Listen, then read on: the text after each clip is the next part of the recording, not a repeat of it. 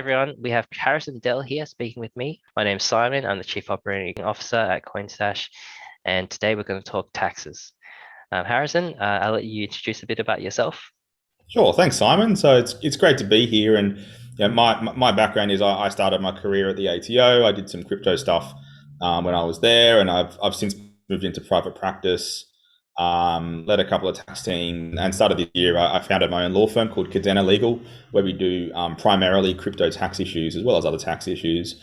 But this sort of area is rife with uncertainty, complexity, and simply just not enough advisors. So hoping to fill that sort of gap, and I love doing stuff like this where we get to do some education for the community. Great, great. I think you already kind of touched on this already, but how did you actually start working with taxes and crypto? First exposure I had as a professional was in 2017 when I was at the ATO. I was assisting on some of the private rulings and CGT issues that were coming up. We had the ETH hard fork around then, and it was a bit of a tumultuous time. So I assisted on some of the private rulings there. I was in tax counsel at the time, so people were asking us the questions of, hey, is this a CGT asset? All those really basic things that we've got some old rulings from 2014, but nobody really cared until 2017 when there was actual money on the table, and people care more and more because it's becoming increasingly part of their portfolios. But that was my first exposure, and I was always sort of personally interested. I didn't have any. I regret that now, but I was seeing Bitcoin transactions from 2009 and 10. When it started, I saw that happening. I saw the pizza stuff happening, but I didn't have the vision. So I've just been advising on it for about 18 months. As a major focus. Did bits and pieces sort of between 2017 and 2020, but really it's picked up with the bull market that started around COVID. And I just found that there's nobody else doing it, and big reason for that is it's a little bit contentious for some advisors. That they don't like it, they don't understand it, so they stay away from it, and they advise on the classic things, companies and shares and property and international stuff. But it's those actual same issues. You just have to understand the mechanics of blockchain and DLT to actually go, well, here are the very strange tax issues that roll out of it. It's the same thinking. You just need an understanding of the industry and of the technology to an extent. So, and I have that. So I focused on it. My firm will continue to focus on it until, it finally dies, as predicted in the papers. But I don't see anything stopping us from just staying on this path. Yeah, yeah. Okay, great, great. So you're a lawyer by trade, is that right? Yes, that's right. So, Yeah. lawyer, legally trained, always been a sort of lawyer slash advisor. Yeah. What I'm not, as I'm not an accountant, I can't do Yep. tax returns. People ask me, and I send them to some very qualified people who focus on that. But what I do is all advisory, and probably very soon when the ATO gets started, some tax disputes that'll start coming out too. So I guess for the audience that's listening in and watching in, can you tell us the difference between a tax lawyer and a tax accountant, and who to go to for what issues? Okay, all right. So it's a bit of a mixed bag because tax accountants will all be able to do compliance activities. So that will be your return, some accounting, fixing up your transactions, and some of them are capable of some very complex and technical advice. The vast majority don't do complex advice. They might do some advice, but they stick to the compliance and some advisory. Tax lawyers, on the other hand, do advisory all the way up to the line of what's legal, what's not, figuring out those real niche issues, and they can usually advise on anything really. You may need to go to a different tax lawyer if you have a GST issue or something, for instance, but a tax lawyer will have those full-on advisory skills. Some accountants do advise to the level of tax lawyers as well. I've worked with a lot of accountants in advisory roles where they were part of the team and they were doing just as complex stuff as I was. But most of them won't. So it usually becomes, I need a tax specialist. Most tax specialist advisors are lawyers, but not all. Mhm. So, and when you do need a tax lawyer is often when you have a legal sort of risk or legal question as well. So, you might have to draft some documents. alongside the tax advice, or in some cases, you need some advocacy with the ATO. But again, a lot of accountants can do that as well. So, rule of thumb, if it's really complex, ask your accountant first, and they're usually the first ones to refer you to a tax lawyer, or tell you to find one, at least. Yeah, I see. And if things do get curly, and for example, if anyone wants to get a letter from the ATO, would an accountant be able to deal with that, or would something like a tax lawyer be able to help with?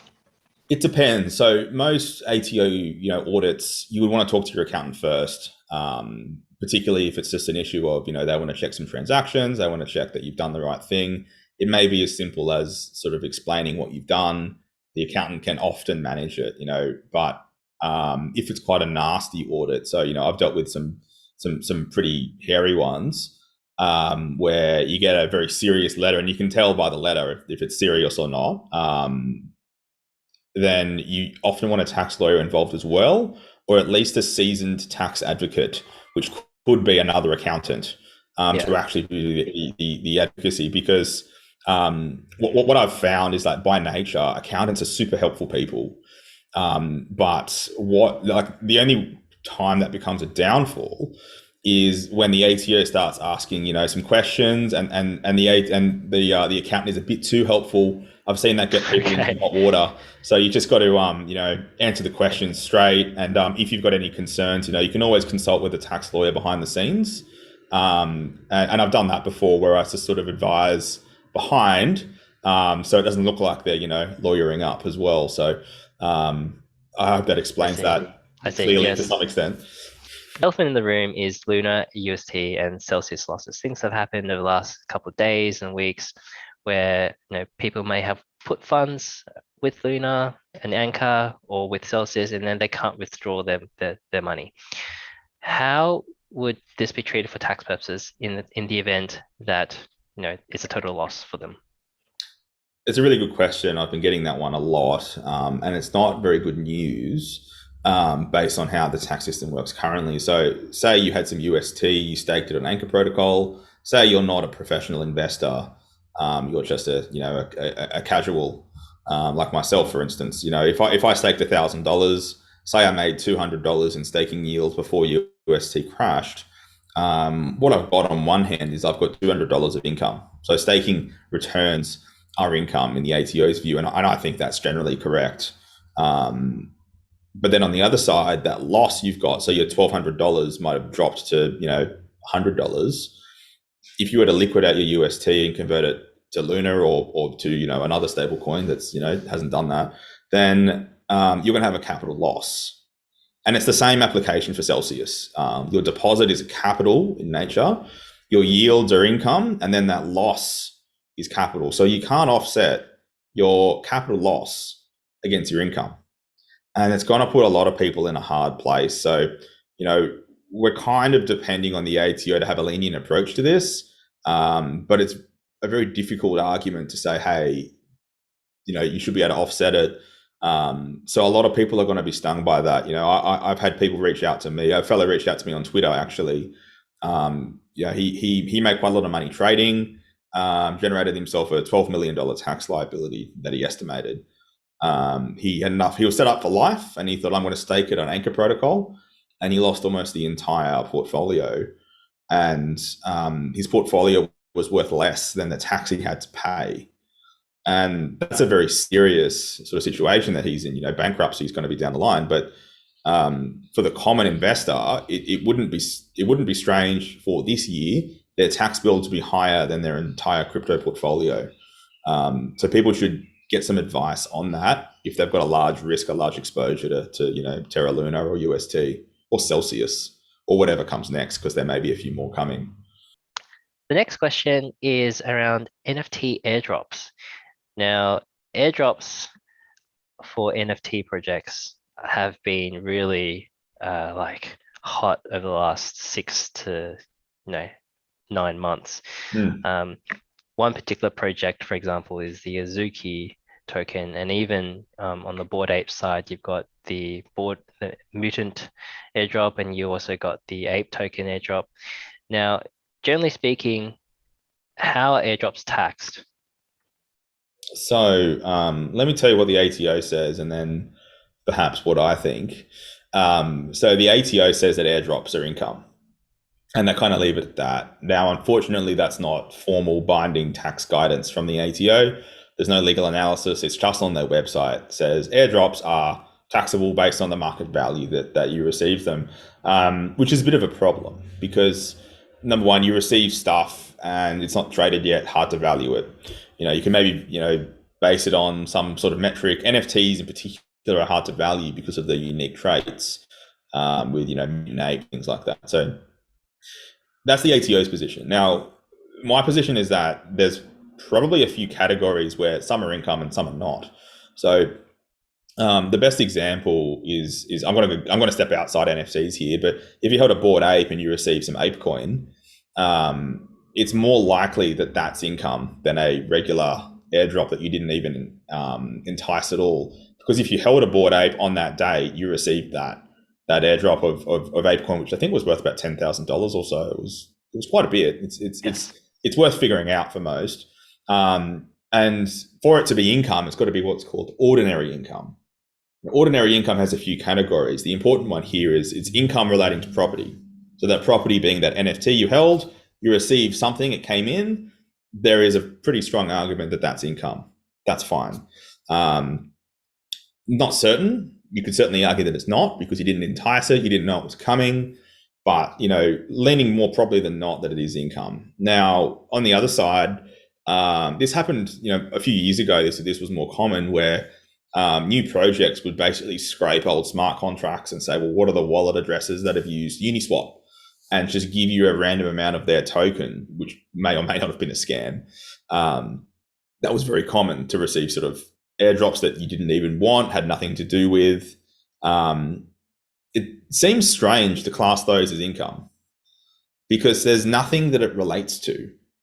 There's no asset, there's no exertion, no business being the three broad categories that bring in ordinary income.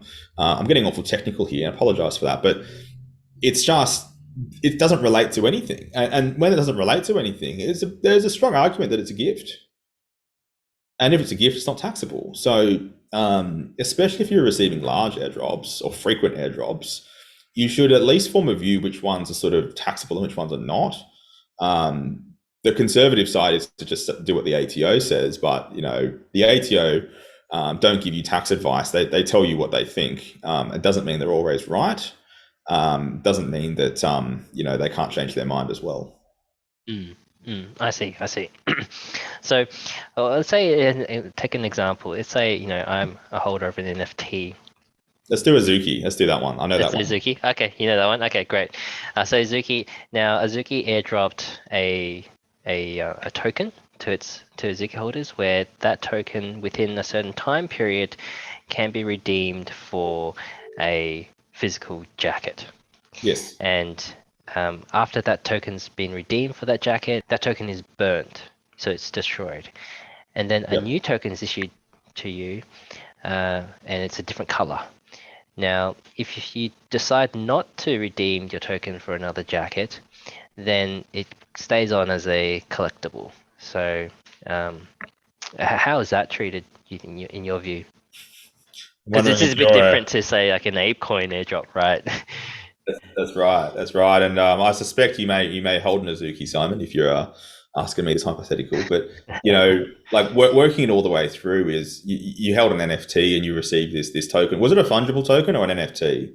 It was a NFT. NFT. So this NFT, which you got, was it traded at the time? It was tradable. It was tradable, yeah. On OpenSea. You could sell on OpenSea. It's certainly probably more likely than not that was income based on the value of it that you got, that airdrop. That airdrop's only one part of this transaction, though. The next being that you swap it for a jacket. So when you swap it for a jacket, you say you got it's worth $100. This I think it was the red token. Was that right? Mm-hmm. Yeah. So you got the red token. Swap it for the jacket. It looked pretty clear to me that unless the red token went up or down significantly from when you got it, you shouldn't have a gain or loss. But say the token's worth $100 when you got it, it went up to be worth $200, and then you swapped it for a jacket. You could have a capital gain there as well. because every single coin-to-coin, token-to-token transaction is a CGT event. So you've got to actually do it for each individual asset. So the red token to the jacket, and then there was a blue token somewhere. Where did the blue token come in? The blue token is the new token that's issued to you after you redeem it. It's either Okay. it's either blue or red. The colors might be swapped, but yeah. For the Yeah. purpose of this, the blue token is after you redeem for the jacket, you get a blue token. Yeah. So that's like another airdrop, isn't it? Yeah, in a way, yes. Yeah. So you've got to figure out whether that's income as well. Whether it's an airdrop or not is irrelevant. It's about whether it's income. Um, and it's as before, it probably is more often than not. And I assume the blue token isn't worth nearly as much as the red token. Mm. Mm. So that may not have a huge sort of exposure there. But these transactions are going to show up on your wallet. And when you're running, crypto tax calculator or something on it, you're going to have to characterize them some way. And you need to understand if you're going to put it as income or not, and why. Because if you're questioned on it, you can't just go, well, it was free, so putting it at zero. They're going to say, well, our guidance says it's income, and if you disagree with that, you should have thought about that at the time. So just have that in mind. You can make notes as well. Keep all those records. What is a real problem is if you remember the Ethereum name service drop, which was maybe like 10 months ago now, 12 months ago. That drop was worth about $9,000. What happened is that token actually dropped in value very quickly. So when you received it at $10,000, and you pay tax on that based on the ATO's guidance, and then that drops to be worth $1,000, you've got a big exposure. So it's kind of a double-edged sword. If you're getting free stuff, just make sure you're on top of your tax. I see. Now, there's another situation, for example, if, say, you hold a NFT and there isn't an airdrop, but they release a token, for example, and you actually have to go in there and claim the token. Now, if you don't claim the token, does that have any tax impact? Maybe. These are these core issues that haven't been clarified by any guidance, by any private rulings. So really, I can just kind of give you the breadth of the different views. So on one hand says yes, because there's a special rule which says that income is derived when it's dealt with in any way as you direct or on your behalf. So the ATO could say, well, let's put into this smart contract that you can claim, and that's on your behalf. So that's derived for tax purposes. The other side is like, well, you don't even want it. So like you just don't claim it, you haven't derived it yet. So the likely ATO view is that when it's available to claim its income, because the way they like to view the world is that if you can control your tax circumstances, that's not good, because then you can arbitrage and pay less when you want. Because tax is supposed to be a reflection of the real life and say, hey, this money came in. You can't just do silly things to just not derive it. So that's what the ATO is likely going to say. But there's certainly an argument the other way saying, well, I didn't even want it. I didn't claim it. Then it timed out. And now I can't claim it anymore. I think we're still talking about Azuki here, but Oh no, it also applies for like the other side, the Bored Ape other side loan claims, and there's a few projects out there who release a token or a drop, and then people have to claim it. yeah, that's the new way to do it.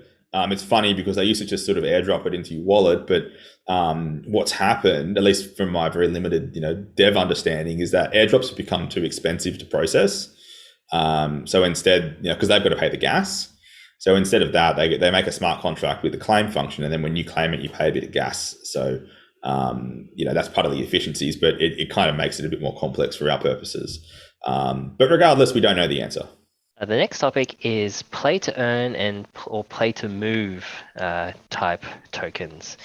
Now, there's been STEPN, GMT token, there's a few other tokens out there where, even Axie Affinity, for example, where you earn tokens through doing real life activities such as moving around, doing some exercise, or playing a game.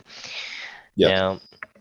Now, I guess the question to you is, if a listener engages in these activities or plays these games, would the tokens that he or she owns be taxable to him or her? The answer is mostly not, but it depends on your circumstances. So we'll talk about Axie in a second, just because I got burned pretty bad by Axie, so I want to vent. But if you're playing one of these blockchain games for fun, and not that many of them are particularly fun yet, but they're getting better and better. I'm looking forward to Illuvium, for instance, being a AAA title. Then it's certainly arguable, if not very arguable, that it's a personal use asset. So a personal use asset is any CGT asset that's kept mainly for personal use and enjoyment. So if you play a game and you do it for fun, not for the rewards, then you could certainly say it's exempt from CGT. And that's the NFT to play Axie, for instance, or the 3 NFTs you need to play Axie, and sort of the tokens that you get if you want to breed some more and change your team and stuff like that. Like if you're playing for fun, you can essentially disregard most of it. Where it becomes a little bit different is, say you are playing the game for fun and you accumulate some substantial rewards, and then you go, well, I'm going to hold these long term because I think that SLP is going to go to the moon, which it didn't, but it could have. And that's a change in your circumstances. That's hey, I'm not holding this for fun anymore. I'm holding this as an investment asset. So if your rationale changes, you take note of when that changes, because that's important for your tax circumstances, and whether it's fully taxable or partially taxable, or some cases still not taxable, that's fine. On the other side is sort of more professional things. Actually, no, before we jump into that, let's talk about Steppen. So Steppen has moved to earn game. I haven't played it, but I know you need a sneaker NFT, and you earn some tokens based on what kind of NFT you get and what you do. Tell me if that's an oversimplification. Seems about right. Okay. Yep. All right. So it's just like before, if you're doing that for fun, if you're doing that to, motivate you to be fit, then fine.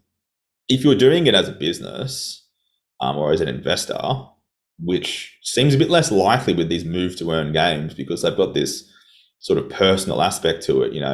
People were running Axie guilds, including me, but I don't know if people were running sort of Steppen guilds and getting, people in the Philippines to run around. I don't think that's the case, but tell me if I'm wrong. I may not be in play to earn space as much as some, but if it's just yourself doing it for fun, making a little bit of money, sometimes a lot of money, even if it's a lot, you can still say it's personal use if that's why you have it.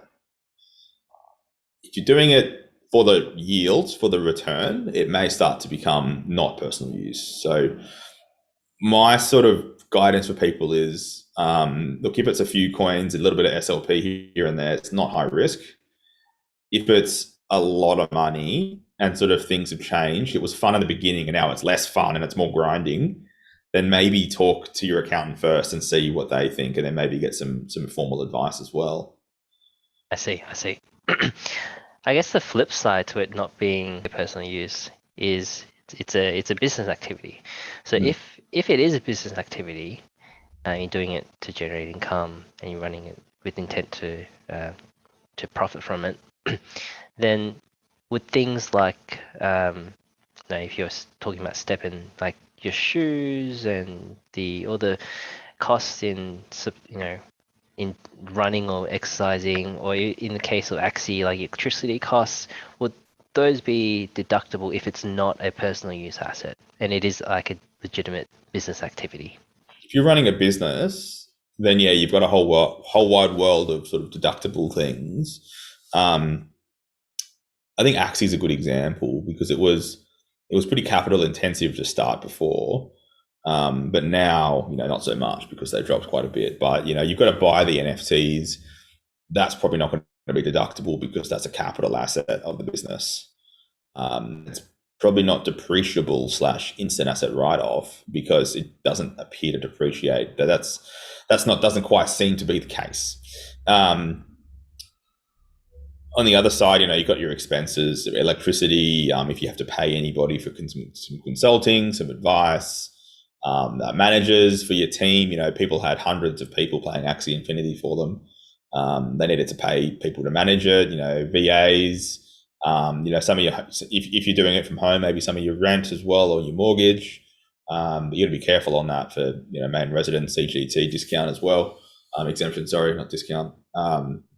It becomes just like any other business, and it's got the same sort of breadth of things you can deduct as long as it's related to the business.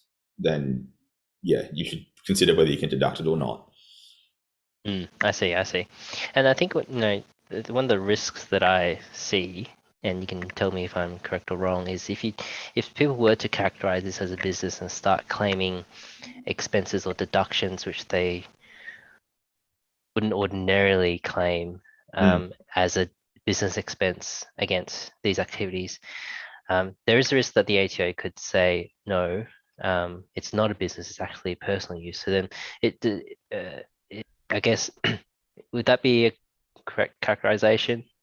Yes. There's another set of rules called the non-commercial loss rules, Right. which basically say that if you run a business and it loses money, much like my Axie Infinity Guild, which failed, I got to go consider whether those non-commercial loss rules would apply, and that would basically mean that loss, because the deductions outweigh the income, whether that's actually claimable against my employment income or my business income. If you fall afoul of the non-commercial loss rules and you can't use that loss, you've got to carry it forward. And then it gets a bit complex of how you can utilize it in future. But if you're if you're a business and you're making money like net, then that's not going to be a problem for you. The ATO would be unlikely to come around and say, "Hey, that's not a business," because they're going to lose themselves money. Where people are going to get tripped up is if they ran businesses like I did, and then the income was not sufficient for the expenses, and then they've got a loss. So dealing with that, just got to be careful about those rules. Most accountants are all over those rules. They're actually better at it than me because I don't normally see clients sort of like that level, but accountants will see it all the time with hobbies turning into businesses and dealing with that. The next topic is the ATO's approach to enforcement on crypto related tax issues. Now, I know maybe last month or a couple of weeks ago, or that Jeremy Hershon, is that how you pronounce his name? That's right. Came out. Yeah, okay. I think at a CPA conference said that taxpayers should adopt like a Goldilocks approach, and what that means is, and correct me if I'm wrong, is that sometimes the law is uncertain, but do the best that you can to get to a reasonable outcome. You don't have to always take the most conservative approach and the black letter law approach. That's right. Yeah, sorry. Yeah, cool. What are your thoughts on that? Because I know that the ATO is trying to crack down on crypto, and I think one of the deputy commissioners came out a couple of weeks ago to say in an article that ATO is going to crack down on crypto and related taxes. How do you reconcile that with this statement around the Goldilocks approach? Well, the Goldilocks approach, I like that description. Actually, I'm going to use it, but it's not specific to crypto. So, taking people all the way back in time to about the 80s, we changed from a government assessment system where they would actually look at your tax return, check it's correct, and then process it, to what's called a self-assessment system. And self-assessment means that you assess what your tax liability is, and materiality is going to apply to that. So if you're $2 off, it's just like literally nobody cares. What Jeremy means is that do the best that you can. It doesn't mean always decide in the ATO's favor, but just have a reasonable position. So we do these sort of advices for people, which are called a reasonably arguable position paper. And that sort of means that, it may not be right, but it's the best sort of argument based on the situation for the taxpayer. I do those all the time for complex stuff in crypto. We just go, look, this is the best argument. Even though the ATO said airdrops are taxable, we go, well, this is the best argument based on what we've seen. That is the most reasonable approach. You've got a reasonable position, and that's just the best you can to do your self-assessment, because what it boils down to is what's your income on the tax return, that's all the ATO really wants to know, to check whether you're paying the right amount of tax. That's all they're interested in. They're not interested in catching you for technicalities unless it affects that number sort of materially. So I was an auditor. I used to do this. I used to check people's $150 laundry allowances. And, when it's of that sort of scale, my approach as an auditor was to say, well, look, it's not material, but now this is how it works. You've been educated. Do it right next time. If it's little things like that, it's not a big problem. But take a view and just be consistent is sort of what it is. Rely on the guidance that you can. When there's going to be a hole in the law or the guidance or the black letter law is just, it's so difficult to understand. Don't be paying people hundreds of thousands of dollars for advice when it's only going to, affect your tax return by $50, for instance. So, on those sorts of things, like, do your best. Yeah, that's really good. That's really good statement there. Don't spend $100,000 on a $50 risk. Well, you can if you want, as long as you spend it with me. So yeah. Now, do you think the ATO will provide more guidance in the next couple of months on crypto-related tax issues? And what's the regulatory landscape like in the next year? nothing will change. Nothing will change in the ATO's guidance until at least December. In sort of my view, we had a little bit of clarification from Treasury, which we'll talk about, but nothing major is going to happen until we see the Board of Tax Review and their report, which is supposed to be handed down in December, but can be delayed.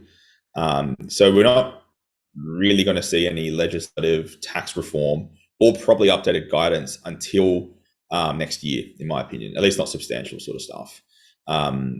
That's just because what's the point of spending all this time doing guidance when it may change in December anyway? So the ATO is, the guidance that we have is about 8 years old. We've got a few private rulings and a bit of website guidance. And look, it'll get us through. It's not perfect, but we're probably going to be in the same boat for, another sort of 6 to 12 months. I see. Now, for the benefit of those who don't know, what is the Board of Tax Review? So the after Senator Bragg's report, the Senate report on crypto assets, the Board of Tax was asked to do a review of the tax system and how it applies to crypto. And it's essentially an open invitation right now for anyone to make a submission on whatever they want related to that review, of course. So it's a lot of people, a lot of organizations, a lot of like law firms, accounting firms are making those submissions. I plan to make a submission. There's a whole range of issues, depending on where they come from. Exchanges will have issues as well that they want clarified too. And the Board of Tax will make a report. And the Board of Tax is simply an advisory board, a think tank of government. Although they take advice from there pretty strongly, doesn't mean they're going to do exactly what the Board of Tax recommends, because they will make a recommendation. But they are very influential, and it's worth keeping an eye on. And we are expecting it, December 2022, but these reports do often get delayed, so don't be surprised if it is. And do you know what are the type of topics that are being discussed or presented for discussion at the review? It's pretty open-ended. There's some sort of I forgot what they call it, like sort of like protocol sort of rules and guidelines, what they want to generally talk about. But it is a pretty broad gambit at this point. So you can talk about how the taxation of financial arrangements and crypto works. You can talk about debt equity rules. You can talk about just regular investor stuff, income tax and CGT, and some proposals for how you might want to see it done. And you can pick any kind of area that you want. The most helpful thing would be to be as broad as possible. But there's about a dozen issues that I'll raise that I can just think of. But when I get stuck in, it's all through the tax law. Everything just isn't built for this asset class. And I think that's going to be what the overwhelming message is you need to have something which makes crypto sort of cohesive with the rest of the tax law. I was doing my taxes the other day, and I was just looking to my gas fees and how the law would apply to gas fees. I thought they were just expenses that just get written off. However, what I realized is that you actually pay taxes on gas fees. Is that right?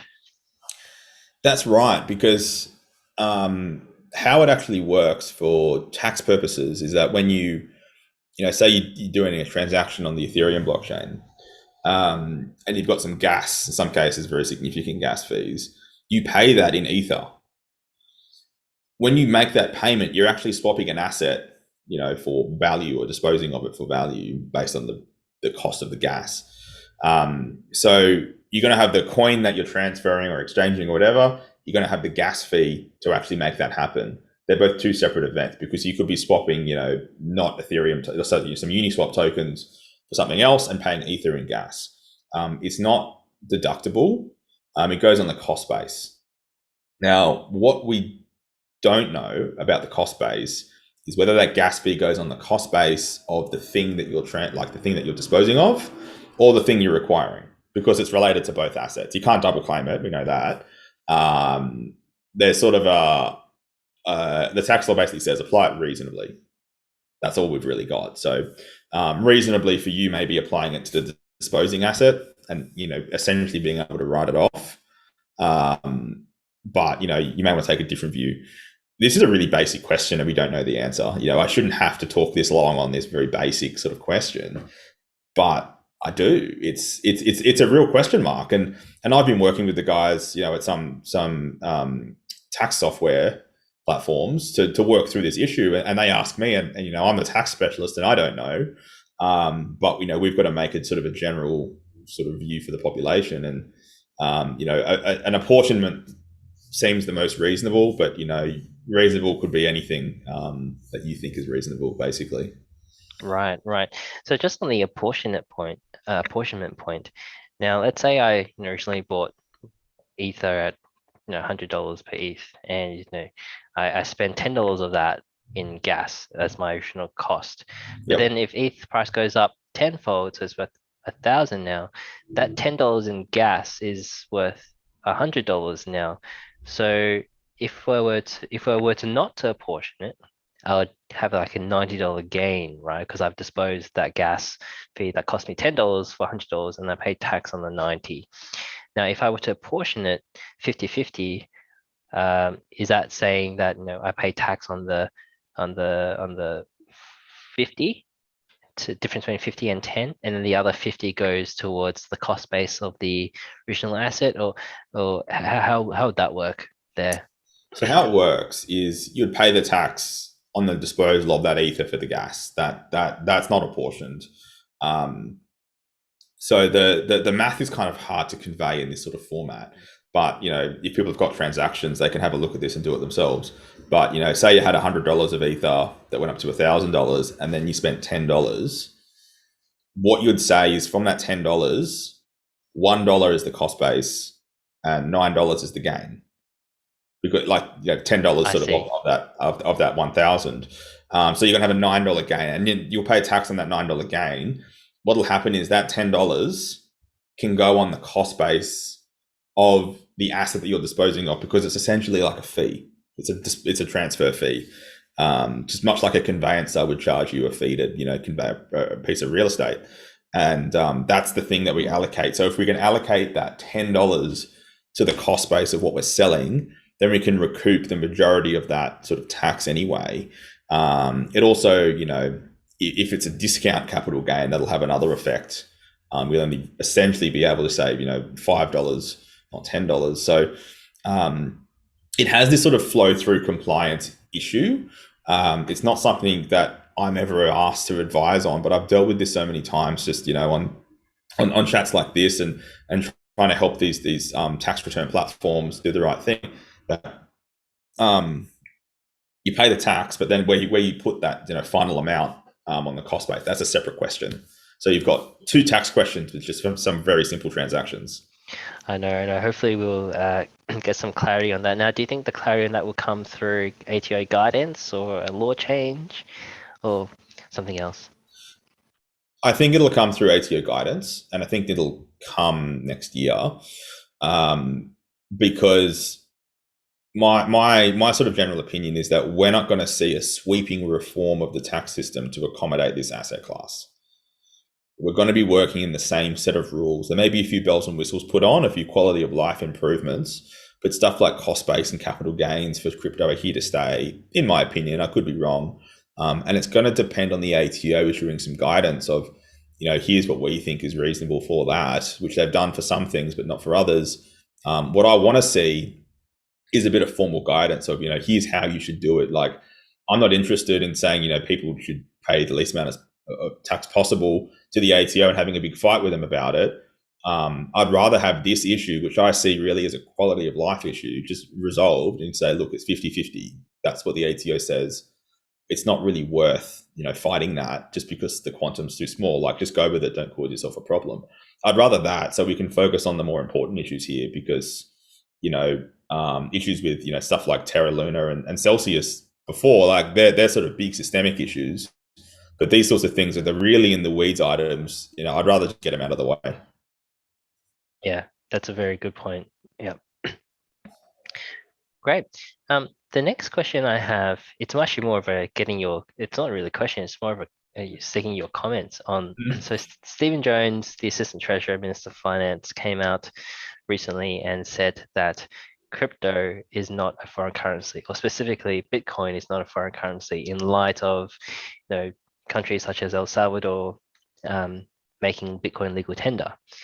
Do you have any thoughts on that and how that would impact, or if it has any impact on the tax regime?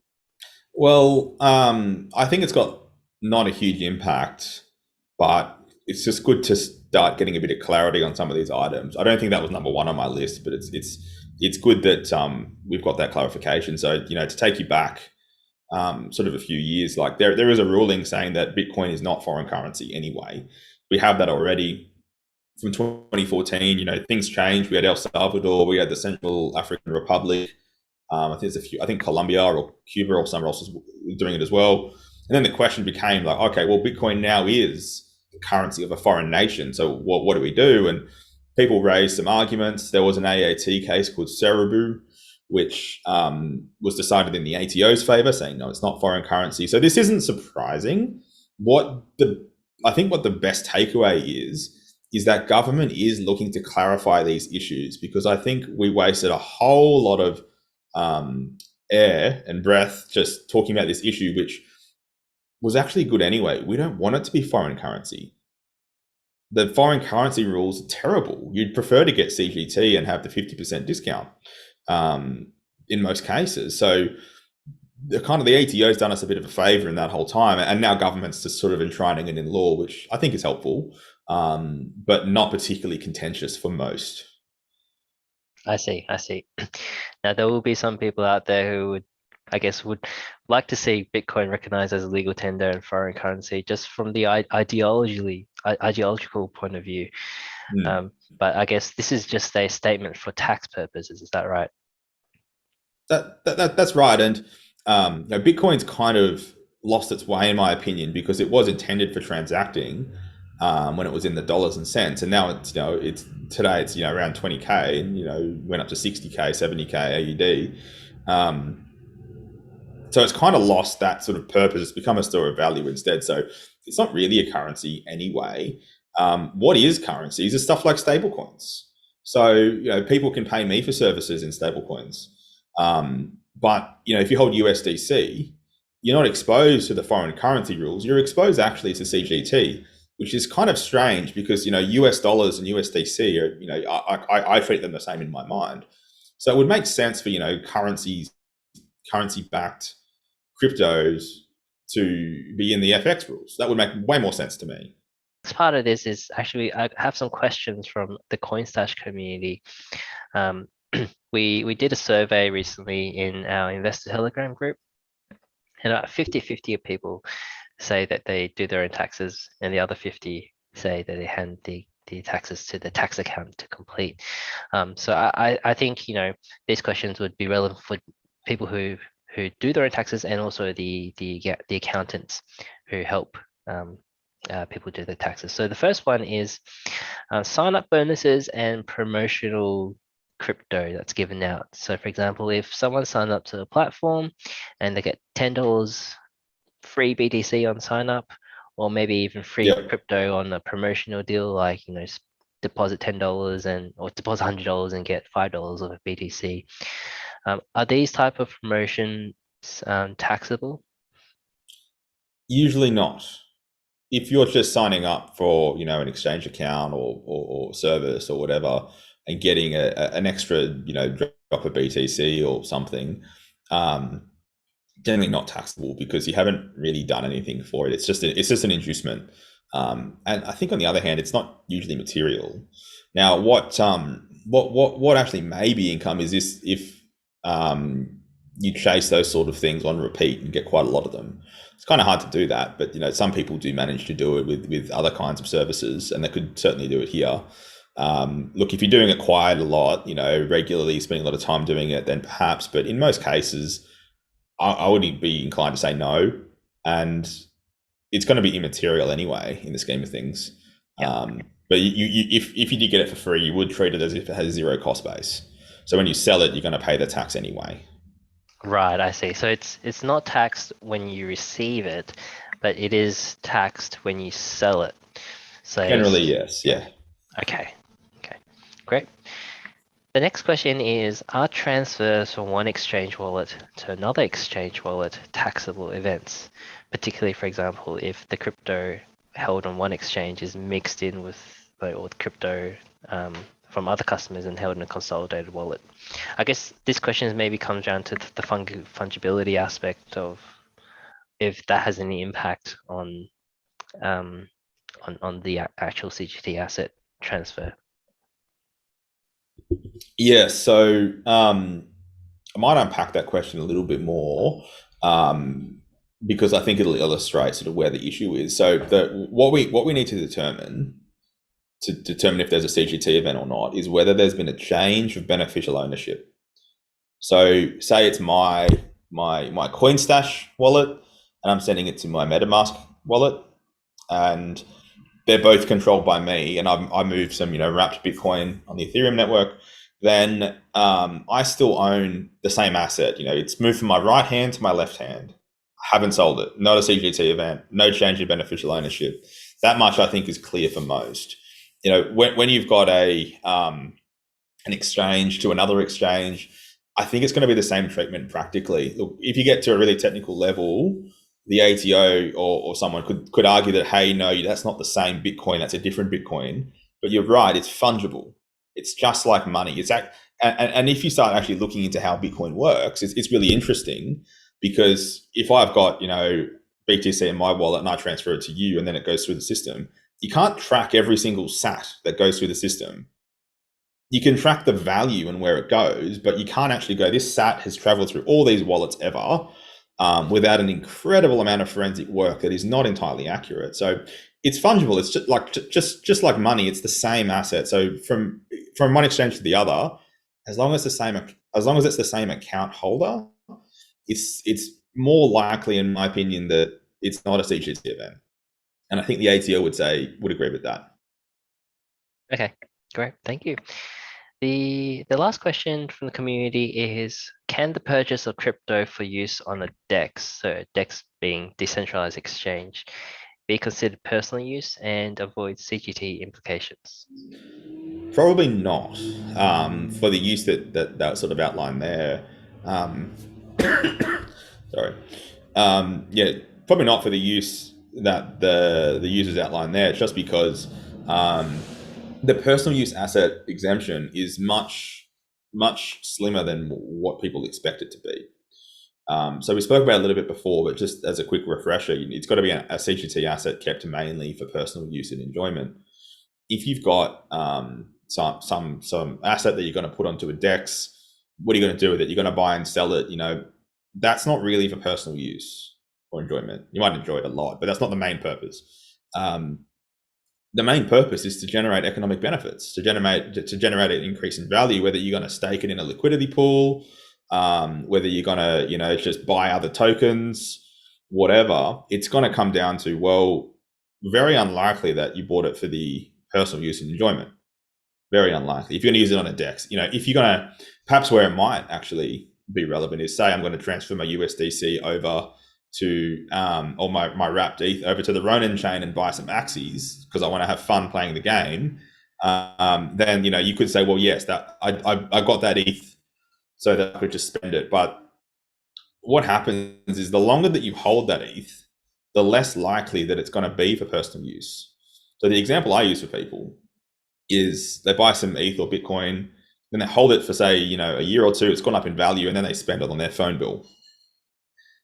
They want to say, well, I got that for personal use and enjoyment. No, you didn't really. You got it for the increase in value. It was an investment. What you spent it on isn't the personal use and enjoyment. It's what am I holding that asset for? And just like using it on a DEX, holding it long term, it's about the economic gains, unless you have an awful lot of fun on DEXs. But I know I certainly don't have that much fun. I see. Thank you so much, Harrison. It's been a great session, and I certainly learned a lot myself, and I hope our listeners and audience have as well. Tackled a lot of topics ranging from things that are down in the weeds to some big picture things such as regulation. So definitely, I personally found that very useful, and great to hear from a thought leader like yourself. So thanks very much. It's been great. I have one last question for you. This is more of a fun one, and that is, Yeah. which crypto, if you have any, or are you most bullish on at the moment, and why? I am actually most bullish on Algorand, only because the community seems to start to be dissatisfied with Ethereum, and Algorand has launched or will launch soon. I think their EVM chain, going to be able to do everything on ETH you can do on Algo, and it's just got potential. Like, people don't care about it yet, but it's just got actually so much great stuff in the ecosystem. If there is a bit of an exodus away from Ethereum, I think it'll be towards Algorand. That's just my opinion. All right, great. Well, you can buy Algorand at Coinstash. So Can I? yes, great. Well, thank you so much, Harrison.